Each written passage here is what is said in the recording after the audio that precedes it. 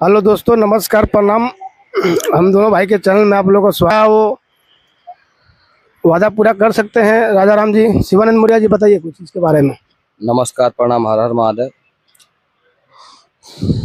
काराकाट के जो सांसद राजा राम महतो जी प्रेजेंट टाइम में हैं, उनको भी नमस्कार प्रणाम।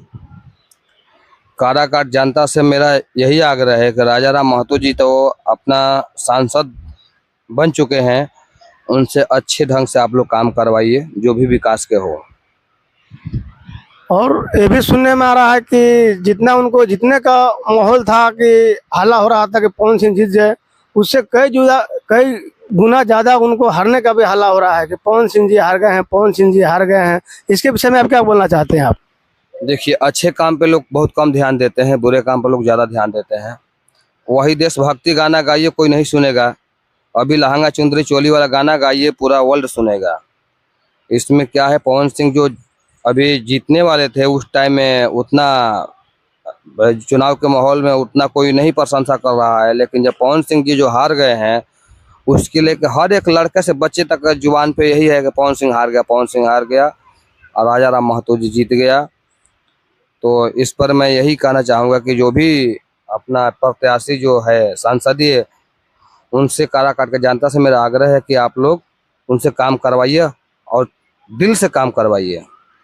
और शिवानंद मौर्य जी, एक और बात सामने आया है कि नीतीश कुमार जी बिहार के मुख्यमंत्री, माननीय मुख्यमंत्री, और तेजस्वी जी दोनों साथ में ही एक ही फ्लाइट पे गए हैं और दिल्ली गए हैं। तो इस पे आप क्या विचार करते हैं? देखिए, उन पर मैं क्या विचार करूं, सब पूरा अपना हर बच्चे को मालूम है कि उन पे कोई भरोसा नहीं रहता है, किधर पलटी मारेगा कोई गारंटी तो होता नहीं। इसमें मेरा कहने की मैं क्या बोल सकता हूं। लेकिन इस बार तो कुछ हुआ नहीं, पूरा हल्ला हो गया, बिहार यूपी पूरा भारत जान गया कि पलटी मार देंगे, पलटी मार देंगे। सरकार तो बीजेपी के बनेगी नहीं, कांग्रेस की बनने वाला है। लेकिन ऐसा कुछ हुआ नहीं और हल्ला भी पूरा हो गया। इसमें माननीय मुख्यमंत्री नीतीश जी जो हैं, उनका प्रभुताई की बात है कि जगह पे ही सरकार अभी टिकी हुई है, दाएं बाएं कुछ नहीं किए हैं। तो ये उनके ऊपर डिपेंड करता है कि पलटी क्यों नहीं मारे। सब लोग का यही हालत था कि पलटू चाचा पलटी मारेंगे, लेकिन वो अपना मुख्यमंत्री जो जगह पे ही खड़े हैं। तो यहाँ के पब्लिक बोल रही है, मैं नहीं बोल रहा हूँ, पब्लिक बोल रही है कि उनको पलटना जरूरी था, क्योंकि हर एक 5 साल में सरकार बदलने से क्या है, देश का विकास बढ़ता है। लेकिन उनको तो 10 साल हो चुका था, तो सरकार चेंज होना जरूरी रहता है। क्योंकि ज़्यादा दिन सरकार करने से, एक ही आदमी को रहने से क्या है, आगे चल के तकलीफ भी आती है। इसमें पब्लिक कहना है, इसमें आप क्या कहते हैं? देखिए, लोग तो सही बोलते हैं, इतना जो अपने भारत के जानता है तो मूर्ख नहीं है। सोचता है कि सरकार चेंज होए, नया नया विकास होए, सब सोचता है। अगर एक ही जगह पर अगर एक ही आदमी अगर पूरा जिंदगी भर रहेगा तो कोई चेंजिंग सवाल तो दिखाई देगा नहीं, और अपने हिसाब से अब काम करेगा। अगर सरकार इधर चेंज भी होता है तो थोड़ा सबका जोश से जिस सरकार को अपना ये बहुमत होगा, वो सरकार अपने दिल से काम करेगी। वो सोचेगी कि मैं उनसे ज़्यादा काम कर दूं कि मेरा नाम हो जाए, और ये पार्टी पर फिर ये इसका सरकार गिरेगा। आने वाला जो जिसका सरकार आएगा वो सोचेगा मैं इससे टफ काम करूंगा कि मेरा नाम हो जाए। ये नाम करने के चक्कर में भारतीय जनता को विकास अच्छा खासा हो जाता है। देखिए, 2014 में माननीय प्रधानमंत्री श्री नरेंद्र मोदी जी जीते थे, भारी मतों से जीते थे। और दूसरे बार 2019 में जीते, वो भी भारी मतों से जीते। लेकिन इस बार बहुत कम सीटें आई। इसमें आप क्या कहना चाहते हैं? देखिए, इसमें मेरे को कहने की जरूरत नहीं है। अपना जो जो पार्टी में सीट कम है, उनको खुद पता होगा कि क्या मेरे में वजह था कि मेरा सीट कम आया। कुछ कमियां होगा, कुछ गलतियां हुई होगी, तभी तो सीट इतने एक पे एक कम होना था। यहाँ तो पूरी भारत में आंकड़ा थी कि 400 अबरी पार जाएगी, मोदी सरकार 400 पार, ऐसा पूरा नारे लग रहे थे। लेकिन ऐसा हुआ नहीं, पूरा बाजी पूरी पलट गई। देखिए, इसमें क्या है कि जितना ये मतदान जो लोग किए हुए, माताओं बहनों भाइयों, ये लोग जितना मतदान किए हुए हैं, दर्शक मूर्ख नहीं है। दर्शक देख रही है कि 5 साल में कितना काम हुआ था। काम देखते हुए अगर अच्छा नहीं उन लोग को लगा होगा तो फिर दूसरे को मतदान कर दिया। इसमें तो काम पे ही डिपेंड करता है। अच्छे ढंग से अगर आप पेश नहीं पब्लिक के सामने आएंगे तो सबका इधर एक दिन जाना ही है। अब देखिए, जब कांग्रेस की सरकार थी उस समय 300 रुपये में गैस सिलेंडर मिलता था, अभी 1100 हो गया। अभी पीएम मोदी अभी हाल में अभी तुरंत जस्ट जीते हैं। आज 9 तारीख को शपथ भी लेने वाले हैं 7:30 बजे, और जीते के साथ में तेल पर भी 10 रुपये भाव बढ़ गया, सरसों तेल पे। बात आपकी सही है, सरसों तेल पे भी भाव बढ़ गया है। तो अब मैं क्या बोलूं, जब से ये अपनी जो सरकारें हैं अब किस हिसाब से अपना सरकार चला रही है कुछ समझ नहीं आ रहा है। वो तो किसान मजदूर आदमियों के ऊपर, वही किसान आदमी जाता है कुछ न कुछ खरीदने के लिए तो भाव बढ़ाता है तो कहीं से भुगतान करना ही पड़ता है, मजबूरी है भुगतान करना। गरीब आदमी तो कहीं न कहीं से आदमी खाएगा ही, जिसको एक रोटी खाना हो तो आधा खाएगा। लेकिन इसमें प्रधानमंत्री जी को कुछ सोचना चाहिए, क्योंकि चलिए रेट बढ़ा रहे हैं उससे कोई आपत्ति नहीं है, बढ़ना भी चाहिए, लेकिन उसके साथ साथ में जो भी यहाँ के मजदूर लोग हैं उनके बारे में भी उनको सोचना चाहिए। वो आदमी 2 पैसा कमाएगा तो 2 पैसा खर्च करने में भी कोई सोचेगा नहीं। आप 10 की जगह 20 बढ़ा दीजिए, कोई तकलीफ नहीं, लेकिन उनके बारे में कुछ सोचें। इसमें आप क्या सोचना चाहते हैं? देखिए, इसमें क्या है, गरीब मजदूर आदमियों का रोजगार अगर बढ़ के मिलता है तो 10 रुपये बढ़ा के देने में कोई तकलीफ नहीं है। जिस मजदूर गरीब आदमी जो है उसका अगर रोजगार ही नहीं मिलेगा, रोजगार ही नहीं रहेगा तो 10 रुपये कहाँ से ला के देगा। वो तो इधर उधर मजबूरी है, कहीं से 2 रुपये 5 रुपये कमा के 10 रुपये चुकता कर रहा है। अब यहाँ क्या है, पहले सरकारी नौकरी साले निकलता था, और अब तो सरकारी नौकरी भी सुनने को भी नहीं मिल रहा कि किसी को सरकारी नौकरी लगा है, कोई वैकेंसी निकला है।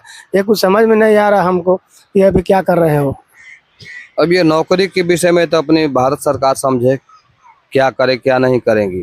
लेकिन पब्लिक के ऊपर और जो भी नौजवान के ऊपर जो पढ़ते लिखे हैं, मेहनत करके पढ़ रहे हैं, उनके बारे में उनको सोचना चाहिए एक बार। हमको लगता है इसी का झटका तो नहीं है कि जो नौकरी नहीं दे पा रहे हैं, पढ़े लिखे रोजगार आदमी घर पे बैठा हुआ है, इसके लिए तो कहीं ऐसा तो नहीं कि कुछ वोट में कमी है इसके लिए इनको सीट कम हो गई। देखिए, पब्लिक को जो कमी अगर दिखेगा वो चुनाव के बाद में पता चल जाता है कि मेरे में क्या कमी था कि मेरा सीट नहीं निकला। वो तो खुद जो कैंडिडेट लड़ता है, जो लड़वाता है, उसको खुद पता चल जाता है कि मेरे में कहाँ से कमी हो रहा है कि मैं चुनाव नहीं जीत पा रहा हूँ। तो कुछ ना कुछ कमी हुआ होगा। मैं ये भारतीय जनता दल, ये बीजेपी पर मैं अंगुली नहीं उठा रहा हूँ, लेकिन इतना तो मैं जरूर कहूँगा कि हर जो भी है अपना भारत निवासी है उनको रोजगार दिया जाए, ताकि गरीब आदमी कैसे भी जी सके और 2 रुपये कहीं से कमा के अपना पेट पालन कर सकें।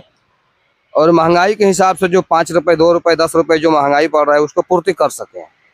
और हमको तो जहाँ तक अंदाज लग रहा है कि यहाँ मुँह देखी काम हो रहा है। देखिए, हर एक राज्य में विशेष दर्जा मिला हुआ है, लेकिन अपने बिहार में कुछ भी बिहार के दर्जा राज्य के दर्जा नहीं मिला हुआ है। इसमें आप क्या कहना चाहते हैं? नीतीश जी को वहाँ आवाज़ उठाना चाहिए और विशेष राज्य दर्जा उनको दिलवाना चाहिए।